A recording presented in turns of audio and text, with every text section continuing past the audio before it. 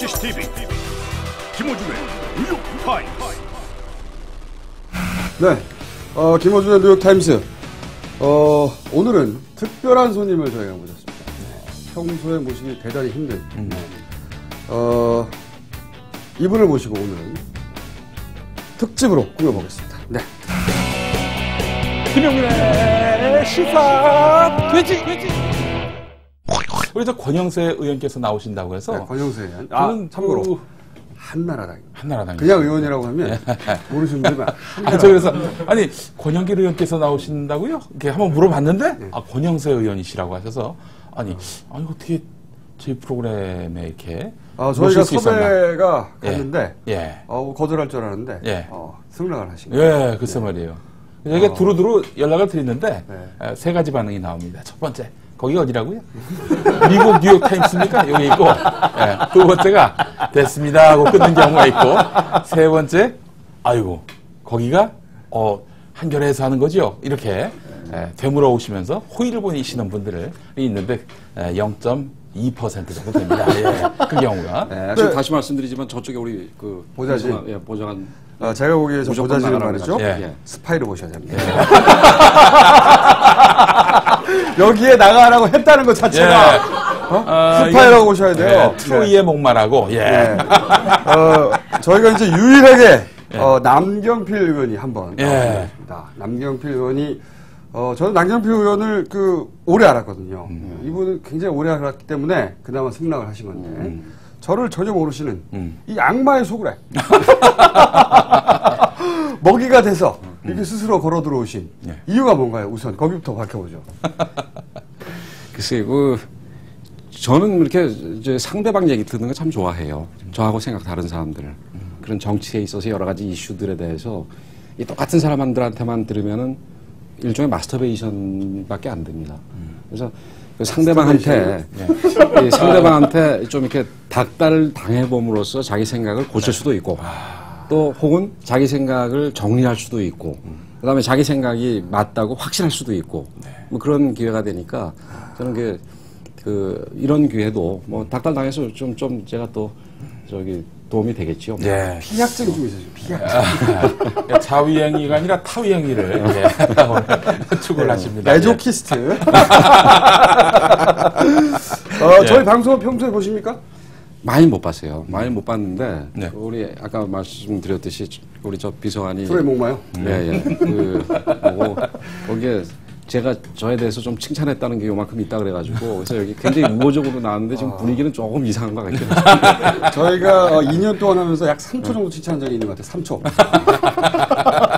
이상하게 한나라당에서 유일하게 무상급식에 찬성하는 의원들이 있다. 신기하다. 라고 하면서 의원님 3선이시죠? 예. 3선의 정보위 위원장. 예. 소위 위원장까지 맡으신. 그러면 고급 기밀들을 또 많이 하시는. 네, 원래 칼국수에 칼이 안 들어가듯이 정보위원회 정보가 별로 없어요. 그렇습니까? 의원님 조금 묻겠습니다. 됐습니다. 괜찮았습니까? 의외인데? 의외예요. 예. 일단 얘기가 나왔으니까 왜 무상급식을 찬성하셨죠?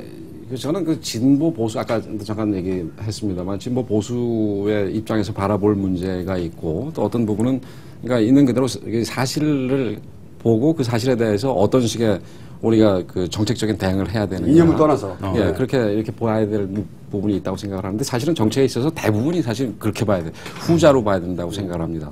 근데 이 무상급식 같은 경우도 우리 헌법상에 초, 중등 교육은 의무 교육으로 한다 이렇게 돼 있는데 과연 그러면 우리가 교육을 선생님이 학생들한테 그냥 수업 시간에 교과서 가지고 가르치는 것만 가지고 봐야 될 거냐 아니면은 그 외에 학교에서 일어나는 일을 모두 케어한다고 봐야 될 거냐 이 부분인데 저는 예산상의 능력이 된다면은 그것도 마찬가지로 후자로 봐야 된다 이렇게 생각을 합니다. 무상급식도 교육의 일부다. 그렇죠. 그리고 이제 거기에 대해서 우리 한나라당에서 좀 아주 보수적인 성향을 가지신 분들 입장에서는 이제 거기에 대해서 항상 얘기하시는 게 아니 뭐 이건희 회장의 손자가 와도 무상급식을 하겠냐 이건데 이건희 회장 손자라고 그래서 따로 등록금을 받을 수는 없는 거 아니겠어요? 예. 그래서 그건 뭐 말이 안 되는 논리고 그래서 예산 부분에 제약이 없는 이상 가야 된다 그러는데 한마디 거기서 제가 좀 더 말씀드리고 싶은 부분은 거기에 대해서 민주당도 좀 아쉬움이 있어요. 그 무상급식이라는 아이디어, 특히 의무교육에 대한 무상급식이라는 아이디어는 좋은데 지금 학교 현실을 가보면은 이 겨울 같은데 급식 시설이 안 좋아가지고 학교에서 밥을 못 하고 이 밥차가 와가지고 밥을 배달하는 거고요. 예. 근데 그렇게 될 경우에는 애들이 많다 보니까 밥이 자꾸 식습니다. 예. 그러면 나중에 찬밥 먹게 되는 거죠. 그래서 무상급식을 전면적으로 우선 확대하기 전에 예. 우선 무상급식을 할 수 있는 인프라가 돼 있는지에 대해서 먼저 서울시하고 서울시의회가 점검을 해 나갔더라면 훨씬 더 좋지 않았나. 그리고 서울시하고 서울시의회가 그렇게 충돌하는 거가 뭐 그거는 저기 시설을 해주는 거니까 문제가 없을 거 아니겠습니까? 예. 그래서 그랬으면 좋겠는데 좀 너무 정책을 현실의 어떤 현실과 그 현실에 대한 해법으로 바라본 게 아니라 예. 좀 그 이념적으로 바라본 게 아닌가 이렇게 생각이 됩니다. 국민이 받아야 될 권리의 일부를 보십니다. 그렇죠. 한나라당에 왜 계실까요? 요 정도면 대단히 그 자체로 대단히 진보적인 사고인데. 예. 근데 저는 우리 사회자님 한 그 말씀도 마음에 안 드는 게 그 한나라당은 이미 그럴 것이다. 네. 이렇게 선입견을 가지고 오면 안 된다. 선입견이 아니고 그래 왔지 않습니까? 어떻게 안 가죠, 그거? 그래 왔는데. 사실은 그럴 수가 있지만 한나라당 내에서도 뭐 지금 4년마다 뭐 선거를 통해서 수시로 많은 사람들이 바뀌지 않습니까? 우리나라 교체율이 거의 50% 60%를 육박을 하니까 그러니까 다양한 사람들이 들어가서 사실은 다양한 주장들이 나옵니다. 근데 의원님 같은 주장하시는 분들이 적죠. 적지요? 적은 거는 사실이지요. 그러니까 다수가 그런 얘기를 하니까 그래서 보입니다. 제가 사실은 그래서 시당 그 무상급식 한창 이슈가 됐을 때가 작년 그 지방선거 아닙니까? 근데 제가 서울시당 위원장이면서도 좀 왕따 분위기였지요. 제가 보니까 그 보좌관이 문제가 아니고요. 의원님이 스파이야. 의원님이 한나라당의 스파이야 보니까. 아니 근데 제가 전당대회 혹시 나갈지도 모르는데. 전당대회. 전당대회. 아니 스파이라고 얘기하시면 이거 한나라당 전당대회. 7월에 있는 한나라당 전당대회. 7월 4일. 아직 뭐 결심은 안 했습니다. 그러면 이 전당대회 당 대표 도전하실 수도 있다. 그렇지요. 목적이 드러났습니다 오늘. 근데 목적은 잘못 짚으신 것 같은 게요. 우리 한나라당 당원만 가지고 투표를 하는데 아마 한나라당 당원들은 이거 잘 안 볼 겁니다. 감시해요. 감시해요. 주로 하셨던 일을 또 소개해 주십시오. 주로 뭐 공안보다는 수사 일선보다는 저는 기획 검사를 했어요. 검사 생활 11년 하는 동안에 그 법무부의 1년, 그 다음에 뭐 대검의 2년, 그 다음에 이분 심지어 저기 옛날에 안기부죠. 안기부에도 파견 나가서 한 3년 가까이 있었고. 분이네. 그 다음에 이제 이 독일에 가서도 또 한 1년 가까이 있었고. 뭐 지금껏 하신 것만 해도 거의 대부분 이거 사실은 수사를 한 거는 거의 없었죠. 기획만 하셨다. 네. 그러다가 정치로 입문하신 건 왜 처음에 정치를 갑자기? 이제 97년도에서 8년도 넘어갈 때인데. 그때 지난 정부에서 너무 잘 나갔으니까 이제 좀 한직으로 가라고 얘기를 하더라고요. 김대중 정부 들어선 이후에. 그렇죠. 근데 정권에 따라서 같이 흔들리게 만들면 이건 안 된다. 이런 생각이 들고, 그러니까 법이나 정책이 만들어진 거를 집행하는 게 행정부 아닙니까? 근데 이제 그거보다는 법도 만들고 좀 정책도 좀 직접 만드는 역할을 해보고 싶다. 이런 생각이 들어서 그만두고 이제 그때 미국 가가지고 좀 있다가. 근데 누가 좀 연결을 해주셨어요? 글쎄 이제 그때 그러니까 제가 99년도에 그만두니까 99년도가 막 젊은 피 수혈한다고 그럴 때. 수혈한다고 그럴 때인데, 그러니까 누가 와서 출마를 하겠냐. 그런 얘기해서 어디를 그러면 내보내줄 건데. 이렇게 얘기를 했더니만 저쪽 지금도 별로 사실은 한나라당 입장에서 별로 안 좋은 지역인데. 어느 지역으로 데려가는데 그 지역에 가보니까 도저히 안 되겠더라고요. 그래서 안 한다 그러고. 광주? 아니.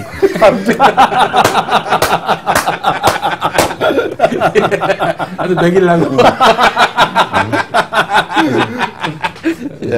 그래서 그만두고 이제 나갔더니만 또 뭐 2000년도부터 미국에 가 있었는데 2001년도에도 또 어디를 뭐 나가지 않겠냐 그러다가 그때 흐지부지 되고 2002년도에는 그때 기억하시는 분이 계실지 모르지만 재보궐선거가 굉장히 많았습니다. 무려 13군데인가 그렇게 됐었죠. 그래서 제가 근데 말씀하신 중에 쫙 봤더니 뭔가 이 패션에 굉장히 관심이 많으신 헤어스타일만 바꾸는.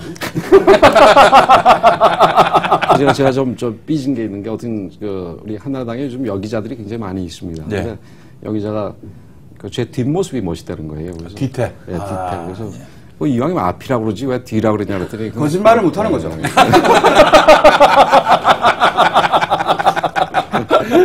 아니 진짜 패션에 관심 많으시죠? 뭐 좀 이렇게 깔끔하려고 그러는. 깔끔을 예, 넘어서거든요. 그렇습니다. 제가 국회의원들 굉장히 많이 만나봤거든요. 네. 십몇 년간. 예. 요 정도 패션이면 예. 탑입니다. 감사합니다. 혹시 베스트 드레서 이런 거 뽑는데 뽑힌 적 네, 없어요? 한번 뽑혔습니다. 국회에서? 예. 그러니까 우리 권영서 의원님이 존재감이 너무 없으셔. 요거 좀 키워야 돼. 이거를. 예. 지금 이 그 헤어스타일이 말이죠. 예. 한나라 닥정이야.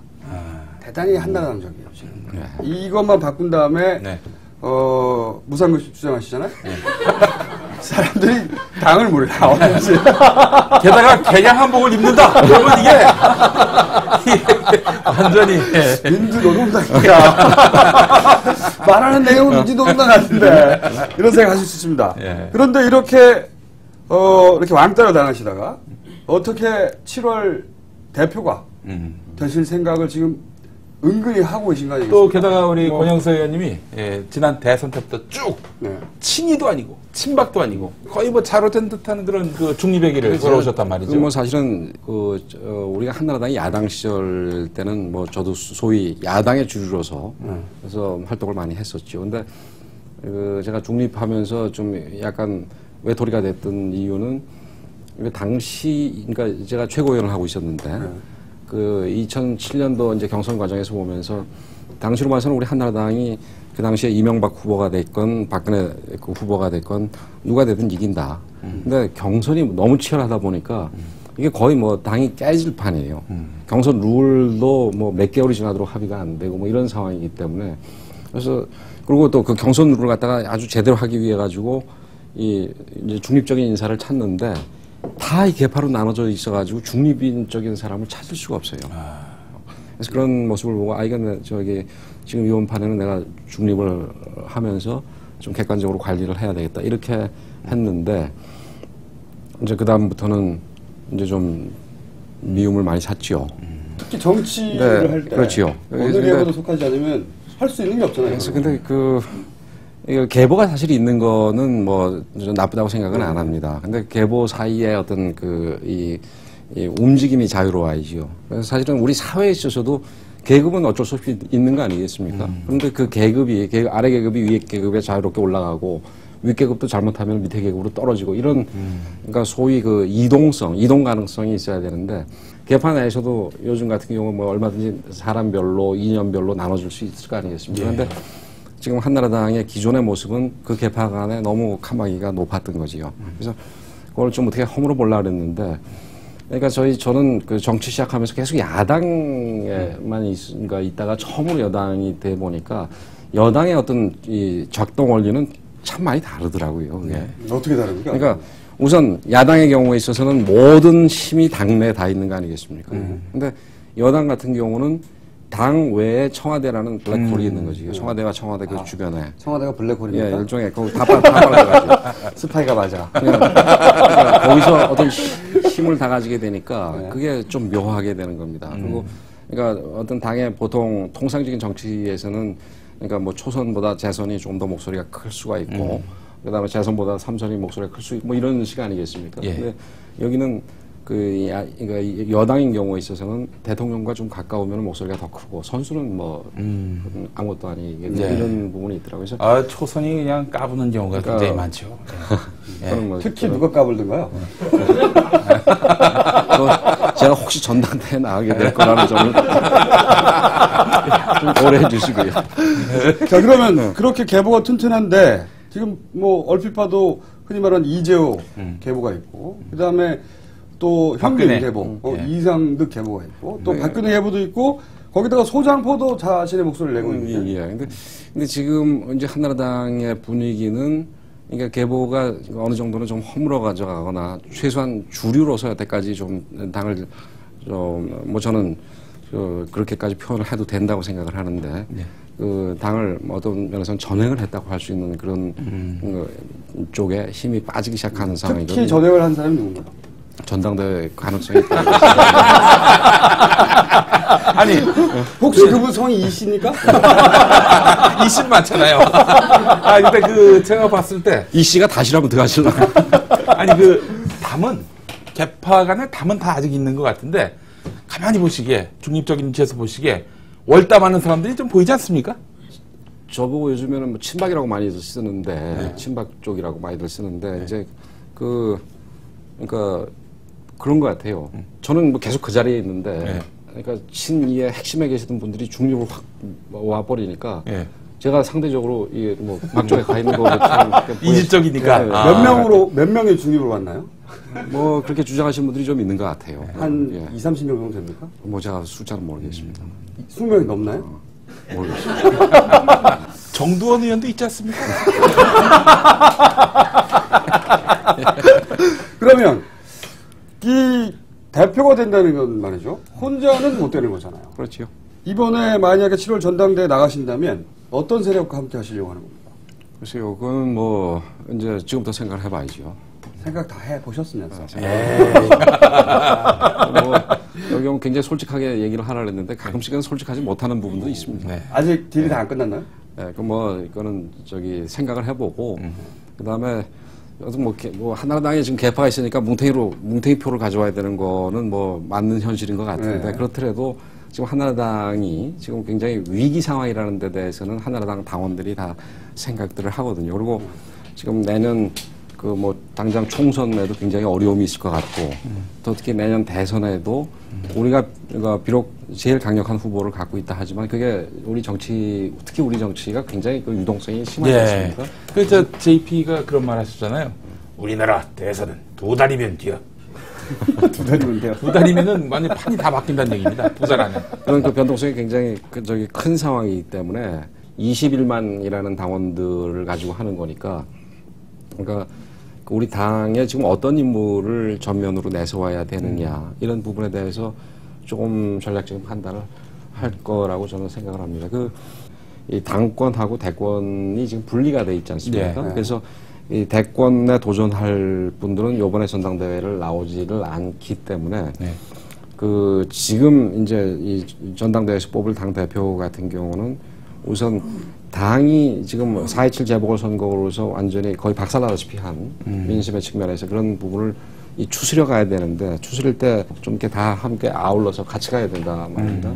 그러니까 미국 사람들 자주 얘기하는 소위 honest broker, 그러니까 정직한 중재인으로서 그러니까 타협과 대화를 이끌어내는 그런 역할을 하는 사람이 필요하다고 보는 게 일반적이기 때문에 그래서 뭐 저는 요번에 소장파들 개파에서 비교적 자유스러웠던 사람들이 한테도 그게 누가 됐든지 기회가 있을 거라고 저는 생각을 합니다. 소장파하고 손을 잡는 작업을 하고 계신가요? 그러니까 소장파하고는 같이 지금 일을 하고 있지요, 지금도. 소장파만으로 당권을 창출하기에는 지금 그렇지요. 또 벌써 소장파는 견제를 받고 있지 않습니까? 그러면 친박 쪽하고 붙나요? 아니면 친이 쪽하고 붙나요? 그러니까 친박이든 친이든 무슨 당원들 입장에서야 무슨 구주류 신주류가 어디 있겠습니까? 당원들이 무슨 구주류에서 혜택을 받고 신주류라서 그동안 핍박을 받는 거는 일반 평당원하고는 사실 관계가 없는 것들이니까 그래서 그런 분들이 우리 당을 위해서 도대체 어떤 사람이 필요하냐에 대해서 잘 어필한다면은 그러니까 소장파 여태까지 개파에서 좀 자유로웠던 사람들 같은 경우도 기회가 있을 수 있다 생각합니다. 이런 점은 어떻습니까? 지금 당권하고 대권 분리 말씀하셨지 않습니까? 그러니까 예를 들어서 박근혜 대표는 이제 안 나오기도 하고 못 나오기도 하는 거죠. 그렇죠.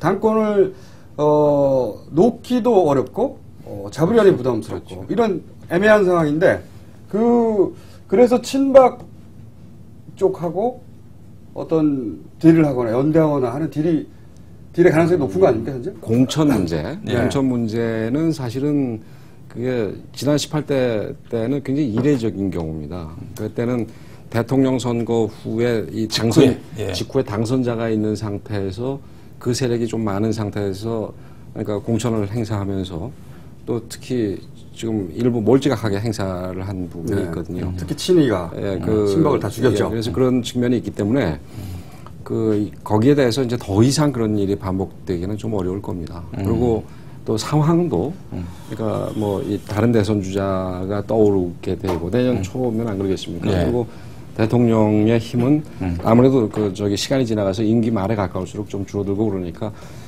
오히려 저는 걱정하는 거가 좀 너무 공천이 재미없어지지 않을까. 글쎄 말이에요.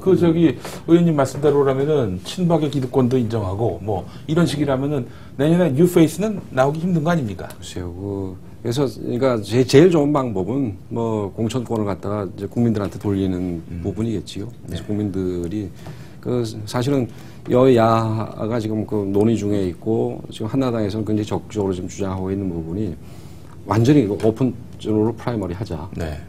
그러니까 미리 예비선거 비슷하게 그러니까 예를 들어서 따로 프라이머리를 하게 되면은 역선택도 될 거 아니겠습니까? 저쪽이 강하다 싶으면은 그 후보 말고 그러니까 예를 들어서 한나라당의 저쪽 후보가 강하다 싶으면 민주당 당원들이 몰려가가지고 강한 후보 말고 다른 사람을 찍을 수도 있으니까 그러니까 그런 거 말고 같은 날 해버리면 그게 또 안 될 거 아니겠습니까? 그래서 같은 날로 오픈 프라이머리 하자 이런 거가 주장되고 있는데 그런 거 하게 되면 제일 말도 없고 탈도 없고 그럴 거라고 생각합니다. 제일 강력한 경쟁자가 누군가요? 당권에 도전하는 인물들 중에.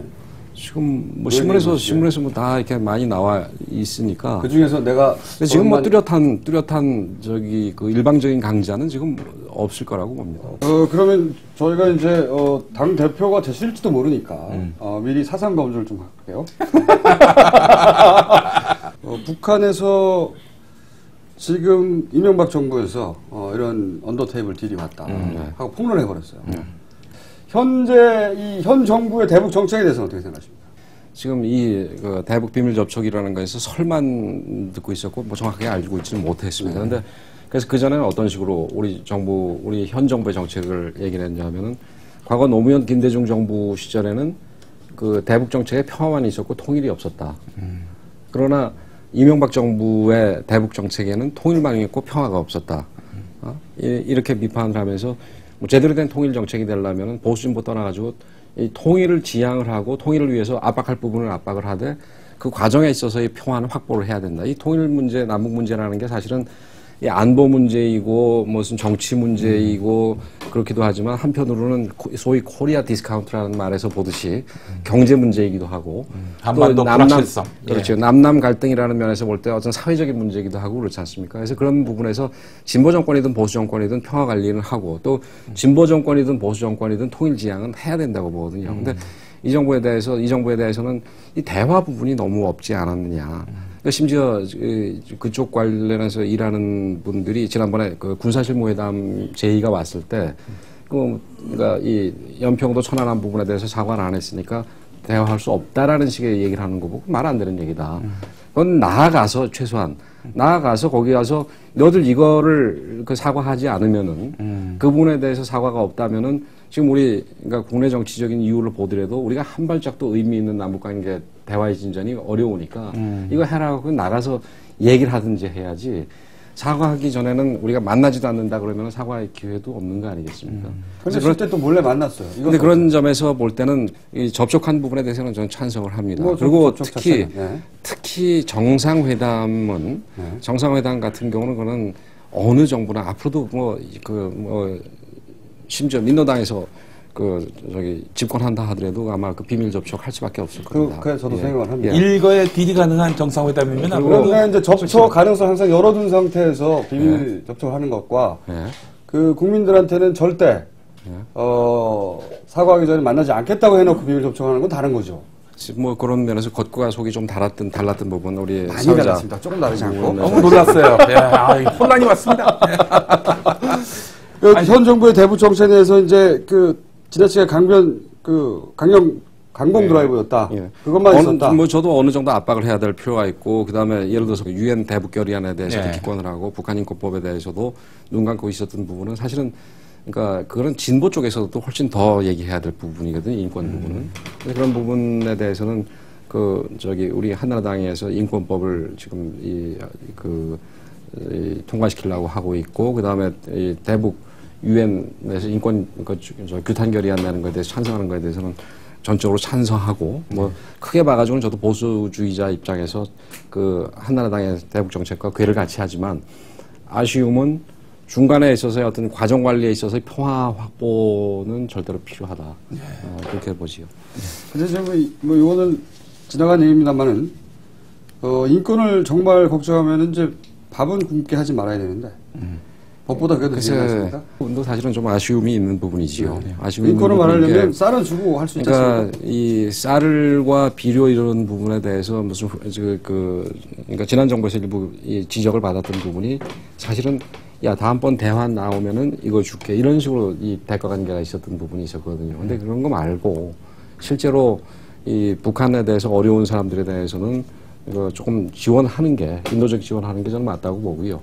사실은 이 정부 초기에 조금 논의가 되다가 북한에서 아예 안 받겠다 그러는 바람에 줄 수도 없는 상황이 됐지 않습니까? 근데 그렇다면은 그렇다고 스탑을 시킬 게 아니라 그러니까 WFP를 통해서 지원하는 방법도 민간 단체를 통해서 할 수도 있고요. 유엔 기구 그러니까 그렇게 하고 민간 단체를 통해서라도 얼마든지 지원을 하는 게 우리 한나라당의 어떤 기본적인 노선하고도 맞다고 저는 생각합니다. 한나라당에서 뭐 지금 좀 진보적인 생각하는 부분은 좀 다르게 얘기할지 모르겠지만 북한의 현 지도부하고 북한의 주민하고는 우리가 다르게 접근을 해야 된다 얘기를 했지 않습니까?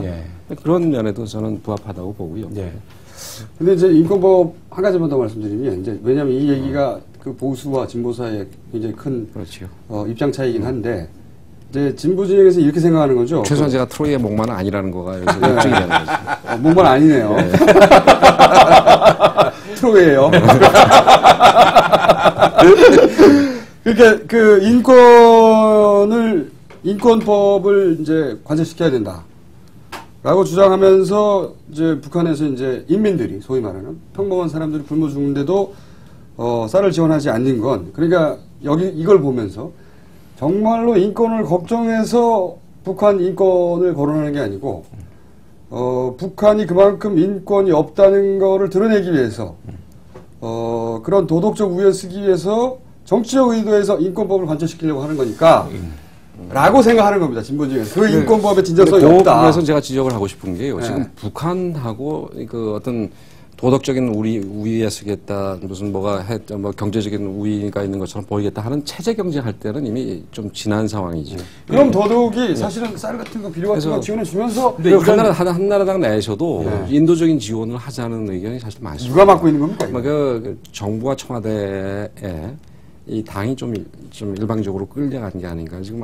아니라 할 때는 아니라고 얘기를 해야 되는데 아까 제가 블랙홀 얘기를 했습니다. 자연스럽게 얘기가 이제 본론으로 들어가는 것 같은데 저는 항상 문제가 이 남북 문제도 그렇고 모든 문제가 이 국내 정치와 얽혀 있다는 느낌을 받거든요. 그러니까 사실은 남북 정상회담에서 이제 선결 조건으로 천안함 사과 이걸 제시한 것도 실은 국내 정치에서 이 천안함 사과를 통해서 이 천안함 논란을 잠재우고 혹은 총선과 대선에서 어떤 주도권을 쥐기 위한 그런 의도가 담겨 있는 것이 아닌가 하는 그런 해석도 가능합니다. 저는 그런 면도 있지만 국가를 하나의 인격으로 보는 게 뭐 옛날 주장이긴 하지만 하나의 인격으로 보더라도 그렇게 당했는데 국가가 그 상대방한테 아무런 조치 없이 그냥 나가는 거는 그냥 일반적으로 얘기할 때도 좀 문제가 있는 왜 애걸복걸해서 사과해달라고 이렇게 요구하는 건지 이 부분은 그 워딩이 나를 때렸다고 말해줘. 이거 아닙니까?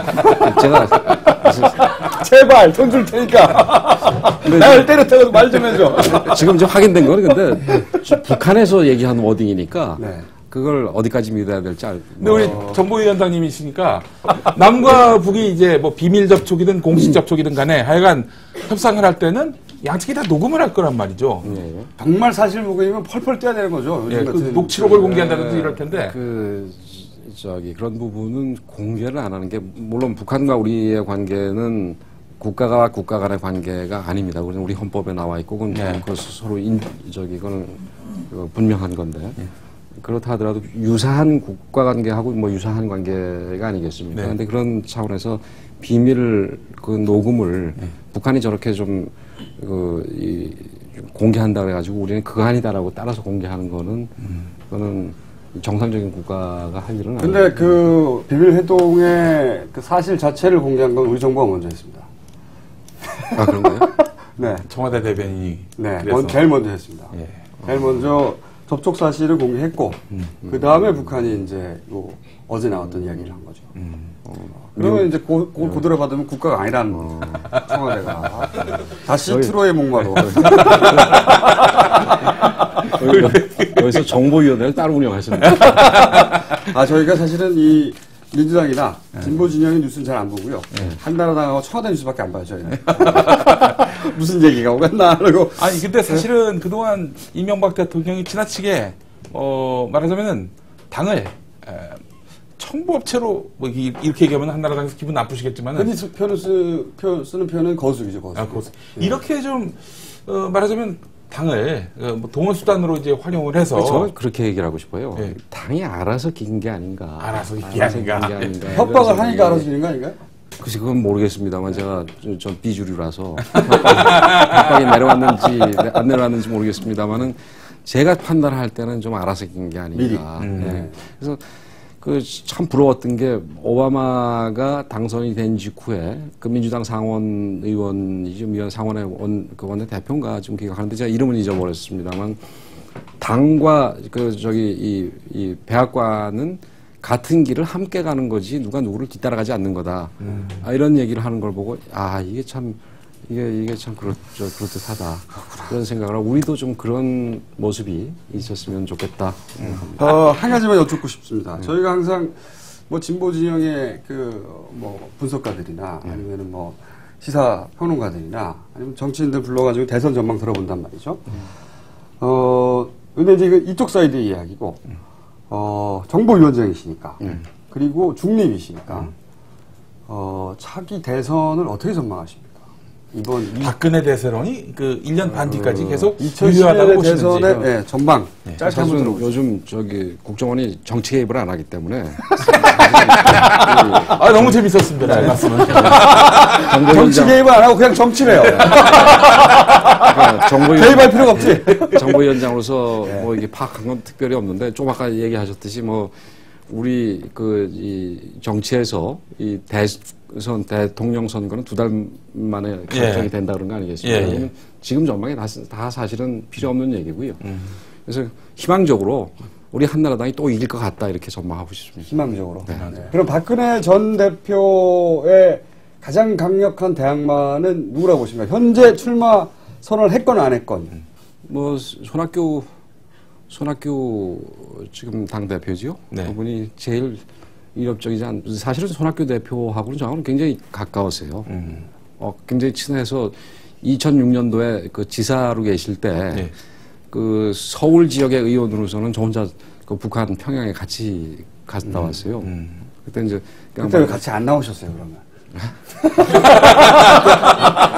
2007년에. 손이사 부분에 이제 그 대표님 문제는 사실은 3당 합당도 문제가 있다고 그러지 않습니까?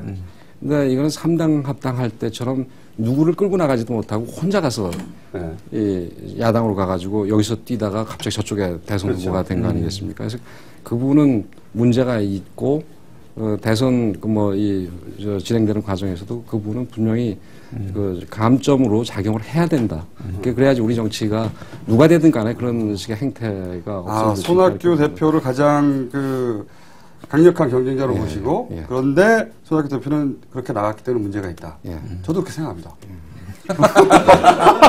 어쩌면 합의가 돼버리네. 이 양반이 지지하는 분이 따로 있거든요. 그렇다면 문재 이사장의 경쟁력은 어떻게 보십니까? 그분도 굉장히 좋은 분이라고 생각을 하는데 아주 좋은 분이라고 생각을 합니다. 저는 그분하고 제가 야당 시절에 이렇게 공격수로서 저를 고소한다 그러길래 고소해라. 그럼 당장 나는 무고죄로 맞고소하겠다. 그랬더니 고소 안 하시더라고요. 그래서 좋은 분이죠.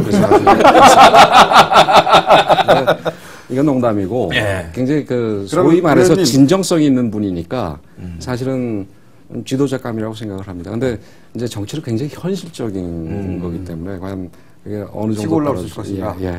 한나라당도 지금 보면은 박근혜 대세론이 뭐 거의 정착이 돼 있는.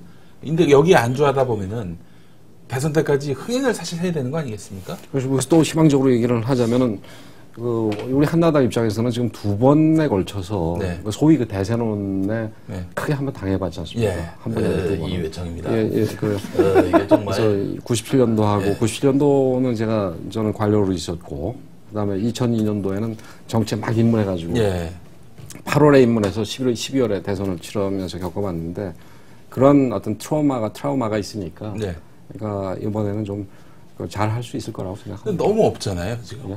대항마 될 만한 분들이. 그러니까 뭐 대항마가 될 분이 없든 뭐 대항마가 그러니까 없어서 뭐 독주를 하더라도 그 어떤 대세론의 그 문제점이라든가 이런 거에 대해서 전략적으로 좀 대응하는 부분을 뭐 여기저기 나뉘어서 고민할 거라고 생각합니다. 자, 그러면 마지막으로 기억 나오신 김에 한마디 개인적으로 하실 말씀이 있으면 해주시고 그리고 앞으로는 농담하실 때는 지금부터 농담입니다. 미리 고지를 해주시기 바랍니다. 깜짝 놀라요, 가끔씩. 그래서 저는 그런 생각을 합니다. 우리 젊은 분들, 특히 젊은 분들이 정치에 대해서 많이 관심을 가져줬으면 좋겠다는 생각을 합니다. 그 관심을 가진다는 게 이미 그러니까 그 젊었기 때문에 생각하는 거에 따라서 어디는 우리 편 아니고 어디는 우리 편이다 이런 식으로 이분법적으로 생각하지 말고 좀 내용적으로 들어와서 좀 봐줬으면 좋겠다는 거지요. 그래서 사실은 뭐 다 똑같은 놈이다 하게 되면 다 똑같이 되는 거거든요. 근데 만약에 둘 중에서라도 누가 조금 나으면은 나은 대로 이 지지나 지원을 해주게 된다면은 그 조그만 차이라도 낫기 위해서 다 노력들을 할 겁니다. 그래서 그런 차원에서 그 한나라당에 대해서도 좀 보시고 좀 들여다보시고 우리 사회자처럼 한나라당 기사도 꼭 읽어봐 주시고 그다음에 비판될 부분은 당연히 비판하고 좋은 부분에 대해서는 또 칭찬을 해 주시고 그러시길 바라겠습니다. 그런 점에서 보면은 이명박 대통령께서 지나치게 그 자기 편만 챙기고 남을 배척하고 이런 거는 블랙홀이라고 했잖아 아까 이미. 그게 너무 좀 심해서 이 기사로 뽑아주세요. 이명박 대통령 블랙홀. 기사 제목을 요걸로 뽑아주시면은 제가 보기에는 당권과 완전히 멀어졌습니다. 제가 만나뵈니까 트로이 목마는 아니시고 트로이인이긴 하신데 작은 목마를 큰 목마 말고 작은 목마를 타고 다니신다. 저희는 앞으로도 이렇게 합리적인 보수, 말이 통하는 보수 하고는 계속 대화를 시도하겠습니다. 개념 보수. 개념 보수. 한나라당 의원들도 좀 많이 나와서 여기서 잘 안 나와요. 안 나와요. 그래서 가끔씩 저희가 여기가 영어로 뉴욕타임스다 이렇게 해가지고 사칭을 해서 한번 모셔볼까 그런 생각도 좀 해보고 있습니다. 외국인 강사도 불러와서. 잠깐만. 만약에 당 대표가 되시면 당선 기념으로 저희 방송에 한 번 더 출연해 주십시오. 만약에. 아직 결심을 안 했지만 그렇게 되면 가겠습니다. 약속하신 걸로 알고. 그럼. 대통령이 되셔도 만약에 그러면 꼭 나와주시기 바라겠습니다. 대통령이 되시면 안 나오셔도 되는데 광고 좀 주세요. 자, 오늘 여기까지 하겠습니다. 감사합니다. 네, 고맙습니다. 감사합니다.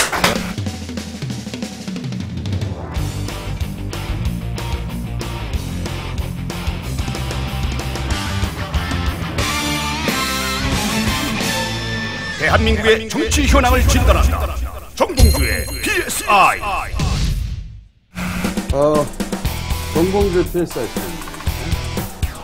저희가 지난 방송에서 예언을 한 게 있습니다.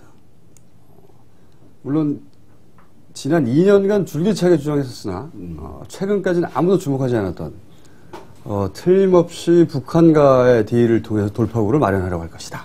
이 얘기는 2년 전부터 했습니다. 그때는 뭐 의원님이 중요한 사람도 아니고 그러다 보니까 아무도 주목하지 않았죠. 네. 이 방송에서 우리끼리만 맨날 얘기했어요. 그렇죠. 네. 그러다가 지난주에 저희가 조짐이 이상하다. 조짐이 이상하고 틀림없이 그 천안함이 다음 정권으로 만약에 정권 교체해서 다음 정권으로 넘어가면 청문회 깝니다.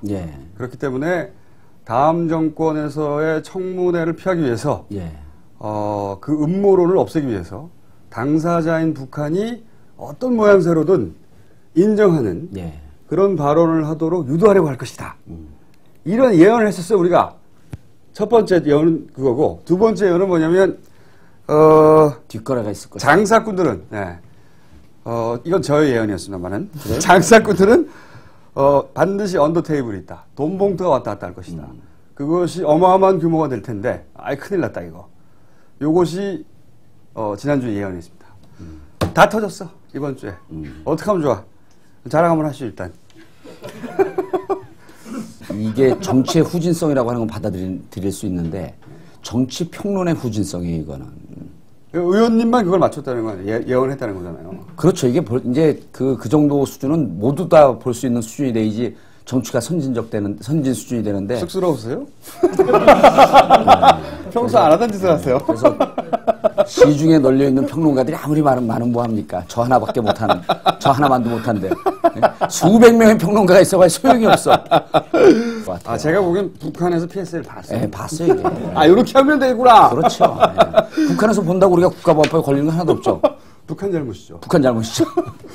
결과론적으로 이제 이렇게 된 거죠. 국제 망신살도 이런 망신살이 뻗치지 않은 거예요. 또 한 가지 더 있습니다. 예. 예리한 점이 뭐냐면, 이제 스스로 이제 배워서 깔때기를 그냥 막 하려고 그러네. 한 가지가 더 있었어요. 이건 의원님이 하신 말씀인데, 중국을 가는 거 보니까, 몸값을 올리고 있는 중이다. 중국에 갑자기 가는 이유는, 지금 남한에서 이런 딜이 들어왔는데, 요 얘기는 안 하셨어요. 근데 어쨌든, 남한에서 이런 딜이 들어왔는데, 중국들이 어떻게 할 거냐? 그렇죠. 남한의 딜이라는 건 중국에 보기에는 미국의 딜이거든요. 사실은. 어떻게 할 거냐? 몸값을 올려려고 하는 제스처가 보인다. 그렇죠. 이런 말씀하셨죠. 근데 이게 성공적이었어요. 중국 방문이. 중국 방문이 무척 성공적이었죠. 성공적이어서 아마도 북한에서 양쪽에서 이렇게 몸값을 올리려고 하다가 중국이 성공적이기도 하고, 그리고 아마 우리 각하를 무엄하게도 믿지 못한 게 아닌가. 각하를 믿지 못하다니, 나쁜 놈들. 믿지 못해서 거예요? 사실은 돈 얘기를 하다가 뽀개진 거죠. 돈 얘기를 하다가 뽀개진 것 같습니다. 2008년도에는 당시에 임태희 실장을 만났다라고 하는 설이 언론에 보도가 됐죠, 싱가포르에서. 그 이후에 확인되지 않았기 때문에 우리도 설이 있었다라고 하는 거로 얘기를 끝내죠. 이번에 국정원 정부 비서관, 그다음에 통일부 이 세 사람의 실명을 거론했단 말이에요. 그리고 대체로 이 국제적인 관행에서 이런 물밑 거래들이 있습니다. 물밑 거래가 늘 있는데 이것을 폭로하고 공개할 정도로 북한이 무척 화가 나 있다는 얘기예요. 이게 근데 우리나라에서 먼저 폭로했어요. 먼저 폭로했죠. 비밀 회동 자체를 이제 우리 각하께서 독일에 가셨지 않습니까? 이유는 몰라요, 아무도? 베를린 선언하기 위해서 갔죠. 아직 밝혀진 바는 없는데 일단 갔어요. 갔는데 거기서 베를린 선언을 하셨는데, 그러니까 내년 3월에 내년 3월은 총선 한 달 전이죠. 내년 3월 25일. 3월 25일에서 28일인가요? 28일인지 29일인지 그 시점입니다. 28일이 무슨 날이죠? 28일은 이제 19대 정봉주 17대 의원이 19대 진입하기 위해서 첫 번째 선거하는 당일이죠. 그러니까요. 총선이 시작되는 당일이 28일. 당일이 28일인지 29일인지 28일일 겁니다. 그날 딱 끝나는 그 회담을 예정을 하신 거죠. 그렇죠. 우리 작년 4월 5월 20날 그날 천안함 발표를 하잖아요. 근데 그날 지방선거가 시작되는 날이에요. 그리고 내년에도 핵 안보 국제 정상회의 그게 끝나는 날 총선이 시작됩니다. 그럼 끝나는 날 북한 김정일까지 와서 이 정상회담이 성공적으로 끝났다. 남북한 평화정착이 됐다. 천안함까지 사과했다. 이제 모든 문제는 다 해결됐다 하면서 13일 동안 총선 내내 그 얘기를 하겠죠. 그 얘기를 하겠죠. 저를 떨어뜨리기 위해서. 어쨌든 그 발표를 그렇게 하고 싶었던 거고 시기 조율을 기가 막히게 맞춘 거예요. 뭐 이미 짠 거죠. 그렇게 총선을 이렇게 총선용으로 준비를 해서 그거를 이제 베를린에서 발표를 하려고 갔는데 김태효 대외 전략 비서관 이 양반이 베를린에 있다가 베이징으로 갔어요. 베이징으로 날라왔고. 그래서 북한을 만났어요. 그날. 만났는데 얘기가 이렇게 얘기해서 날라왔다고 보도가 됐고 네. 안 그러면 허위사실 유포로 감옥 갑니다. 보도가 됐다. 네. 아니 제가 보도한 게 아니잖아요. 어쨌든 날라갔어. 만났어. 만났는데 이게 좀 잘 된 거야, 첫 번에는. 예. 3번 만났다고 그랬던가요? 그렇죠. 3번 만났죠. 첫 번에는, 야, 우리 돈 좀 줄 테니까 이제 만나줘. 예. 그리고 이제 꼭 사과는 아니더라도 어떤 유감의 모양새라도 어떻게 표시해줘. 그렇죠. 예. 첫 번째는 얘기가 잘 된 거예요. 잘 됐죠. 그러니까 대통령한테 보고를 해서 가까이게. 그렇죠. 잘 될 것 같습니다. 맞습니다. 그래? 베를린 나가! 이렇게 해서 베를린 선언을 한 거죠. 그렇죠. 그러니까 아니, 보고를 하면서도 아직은 불투명하니까 조금 더 기다려 주십시오. 그러니까 이명박 대통령이 얘기를 했죠. 얘기를 했을 것으로 추정됩니다. 내가 해봐서 아는데 이건 오늘 발표해야 돼. 그리고 그날 핵안보 정상회의에 김정일을 초청하겠다. 그러니까 각하의 의도는 이거죠. 내가 먼저 초청을 제안했더니 북한이 응했다. 예. 이렇게 말하고 싶었던 거야. 근데 그렇게 말하기가 혼자 말하면 아무것도 안 되니까 미리 가가지고 이제 둘이 만났던 거죠. 이게 비밀회동인데. 그러니까 1차 면담이 5월 9일 날 이루어졌고 이명박 대통령 각하께서 베를린에서 김정일을 초청하겠다라고 선언한 것도 5월 9일입니다. 당일날 이루어진 거예요. 그렇죠. 다 가서 얘기하고 기가 막힌 사람들이에요. 북한에서 괜찮을 것 같아. 돈 액수를 맞춰보자고. 그러니까 긍정적인 반응이 오니까 발표를 했죠. 그래서 겉으로는 사과를 하면 불러준다 이렇게 세게 나갔는데 밑에서는 이제 다 거래를 하고 있었는데 이때 뭐라고 그랬냐면 언론에는 처음에는 보도 안 됐잖아요. 비밀 회동이. 그러니까 언론에는 뭐라고 그랬냐면 대통령이 이런 제안을 했다 선도적으로. 이것만 보도됐어요.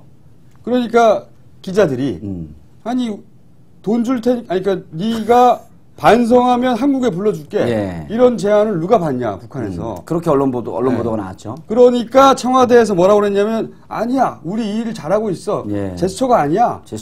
라고 하면서 비밀 회동을 얘기를 해버렸어요. 자기들 일 잘한다고.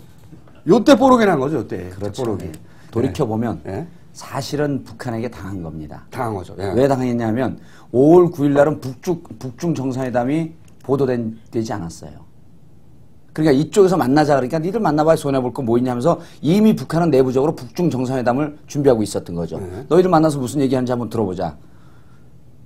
거기서 정상회담 얘기했고 정상회담도 만나자마자 3차례 얘기를 했어요. 6월, 8월, 내년 3월. 3번 오라고. 3번 하자고. 그리고 그 와중에 북중 정상회담을 준비했고 북중 정상회담이 잘 되고 그리고 이제 외교 관리에서는 이렇게 이제 그 비밀 협상을 하는 게 일상적인 일인데 그럼 도대체 북한이 왜 이것을 폭로를 했냐. 이거 의아한 거 아니에요? 그리고 우리나라 정부는 4시간 반 동안 침묵을 하고 기껏해서 발표하는 게 뭐냐면 우리의 진위가 왜곡됐다. 그리고 자기가 한 얘기는 다 했다는 거예요. 오해다 이거죠. 오해다. 그건 나는 정상회담 만나자고 했지만 사실 뜻은 그게 아니었었다. 돈봉투를 내밀었지만 돈봉투를 잘못해서 놓고 온 것이다. 이런 얘기를 한 거예요. 뭐가 오해인지는 얘기하지 않았어요. 안 했어요? 그러면 이렇게 추정됩니다. 그런데 저희가 보기에 일단 그 북측 입장에서는 남한 정부를 못 믿겠다. 그건 뭐죠? 남한 정부를 못 믿겠다. 그리고 두 번째는 북중 정상회담이 잘 됐다. 그리고 아마 추정컨대 이렇게 얘기가 됐을 거예요. 너희들 자꾸만 말을 번복하고 우리하고 한 얘기 비밀 회담도 너희들이 까니 이제 너희 못 믿겠으니 선 경제 지원 및 인도적인 지원을 해라. 그렇죠. 선금을 꽂아다. 선금 계약금 줘라. 중도금 나중에 주고. 그렇죠. 그렇게 했는데 선금 주는 것을 아마 거부하지 않았겠느냐. 우리 또 각각에서 그런 거 짜거든요. 그러면. 그 얘기를 자세히 해주셔야 되는데. 그 얘기하면 잡혀갑니다. 그 얘기하면. 그래서 북한 측 입장에서는 모든 것을 다 폭로를 하면서 돈봉투 얘기까지 했다라고 하는 것은 그런데도 이 우리나라 정부가 얼마나 어리숙하냐면요. 국방위원회 대변인이 성명을 통해서 발표한 것이 아니고 무슨 신문과 대담을 통해서 대답을 한 것이다. 그렇기 때문에 아직 공식적인 입장이라고 보기보다는 아직도 정상회담의 여지가 있다. 이렇게 해설을 해요. 통일부에서.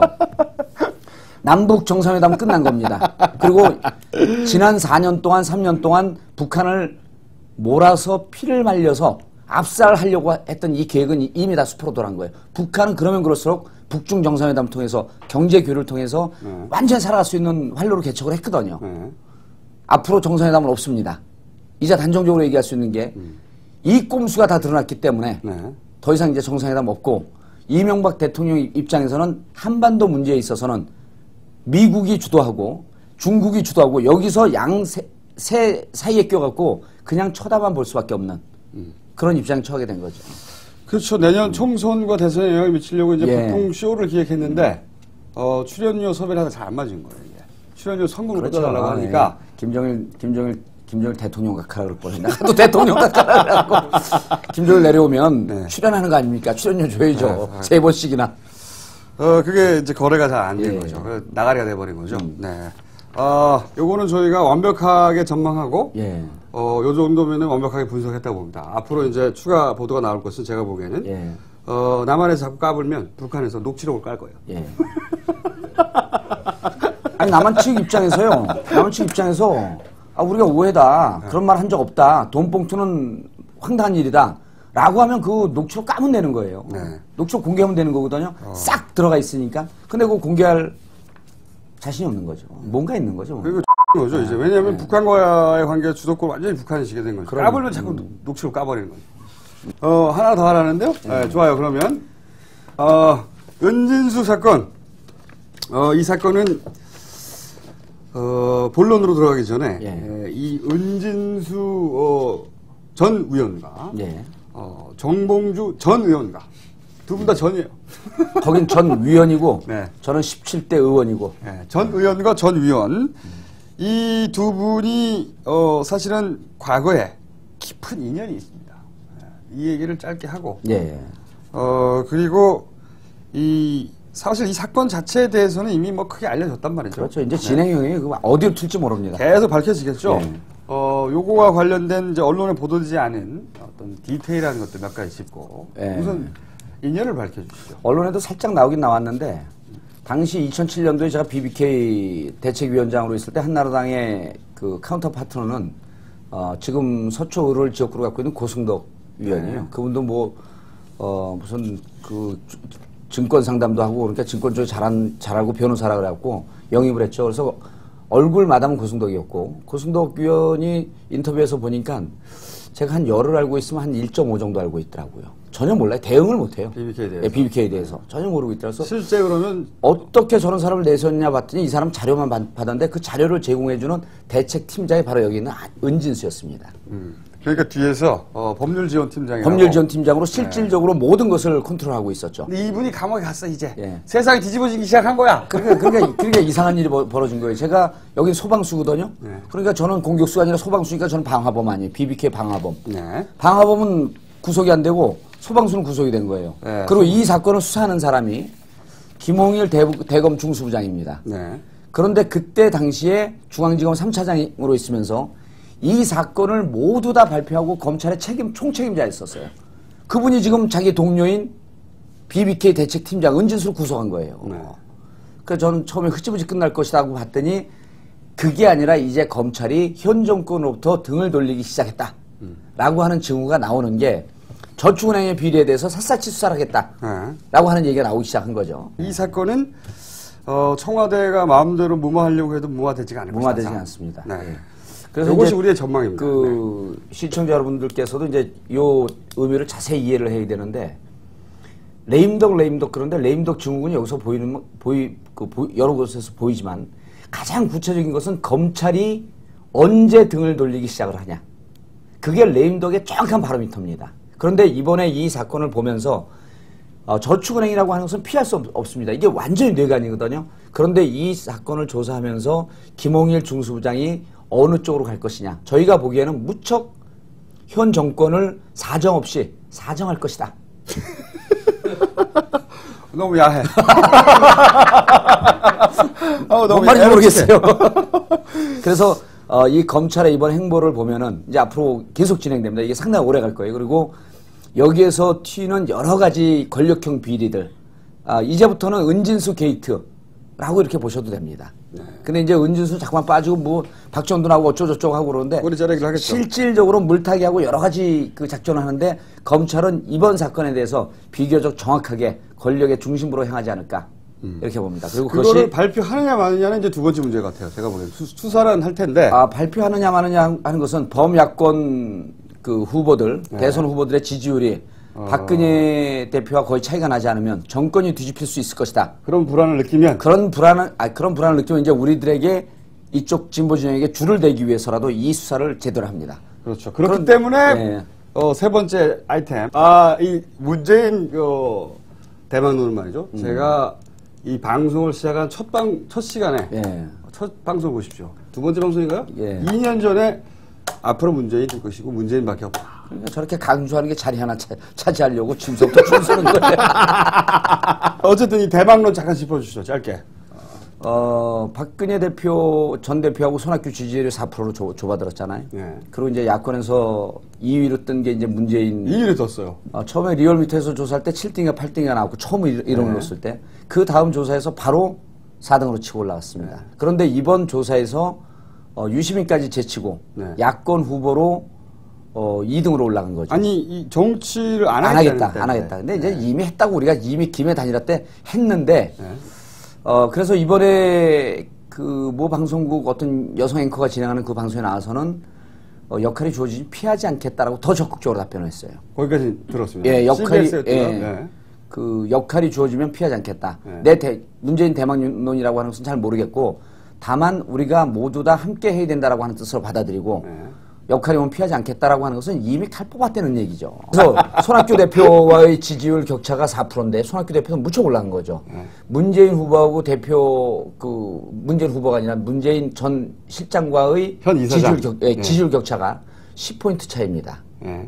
그런데 한명숙 총리와는 13포인트, 유시민 전 장관은 18포인트. 그런 걸 보면 문재인 실장이 아직 명함도 내밀지 않고 하겠다는 얘기도 하지 않고 간접적으로 살짝 냄새만 풍겼는데 이미 야권 후보 2위로 급상승한 거예요. 이건 말이죠. 예를 들어서 손학규 대표를 월등히 압도한다고 보는 것이 만약에 본인이 정말 나가겠다고 한다면 한명숙 유시민의 표를 흡수할 수 있습니다. 이분은. 이분은 다 흡수할 수가 있어요. 바로 올라간다. 제가 보기에는. 근데 이제 제가 웬만큼 우리 김총수님이 얘기하는 걸 무시하고 부인하는 스타일인데 요 얘기는 의미가 있어요. 왜 의미가 있냐면 이것을 문재인 실장이 꼭 보거든요. PSI를. 이게 자기 내가 마음대로. 이 노무현 재단의 이야기는 이래요. 본인이 대선 후보가 되겠다는 생각은 아직도 없대요. 반쯤 우리가 김해에서 30% 했다 그랬거든요. 그리고 이제 그 다음에 인터뷰하는 거 보면서 이제 완전히 저는 명함을 꺼내 들었다고 보는데 30% 하나 반 하나 명함을 꺼내 들어나 이미 한 겁니다. 발을 들여놓으면 그 다음부터 급속도로 가는데 우리가 그 경로까지 다 예측을 했잖아요. 친노 세계 세력 먼저 묶고 그 다음에 진보 정당 쪽하고 그 다음에 묶고 민주당과는 제일 마지막에 묶으려고 할 것이다. 그 뭐 후보 단일화 과정도 손학규 대표하고 후보 단일화 과정이 나옵니다. 그 제일 마지막에 묶을 것이다. 그런데 이 과정이 현재로서 보면 앞으로 시간이 많이 남지 않았습니다. 실질적으로 지금서부터 뛰어들고 여러 가지 굳이 정치적 행보가 아니더라도 친노를 묶는 역할만 한다고 할지라도 이렇게 솔로로 단독으로 메이드된 경우는 힘을 못 받는다. 그렇죠. 박근혜가 지금 힘이 빠지는 게 한나라당에서 대항군이 없잖아요. 그렇죠. 뭐 오세훈 그다음에 누구죠? 경기도지사? 누구죠? 김문수. 누구요? 김씨. 김씨 아씨. 이름 기억하기도 싫어요. 그런 분들이 있어도 워낙 처지기 때문에 그런데 야권에서는 손학규 대표가 단독으로 가는 형국인 누군가가 이것을 레이스를 같이 해줘야 된다. 그래야지 국민들의 관심이 이쪽으로 모이고. 그러니까 손학규 대표의 관점에서 보더라도. 손학규 대표의 관점에서 보더라도. 근데 실제로 많은 국민들이 그렇게 얘기를 해요. 저처럼 이제 논리적으로 정확하게 이렇게 얘기 못해도 감이 그렇다는 거죠. 그럼 이제 우리의 역할은 국민들이 대충 알고 느낌을 하는 것을 논리적으로 정리해줄 역사적 사명을 띠고 태어난 거 아니에요? 그거 정리해주는 거죠, 그런 거를. 여기까지 하겠습니다. 자, 그러면은 짧고 보통 굵은데 그냥 짧고 강렬하고 내용 있게. 짧고 짧은 PSI 이번 주 마치고요. 다음 주에 뵙겠습니다. 감사합니다. 예, 감사합니다.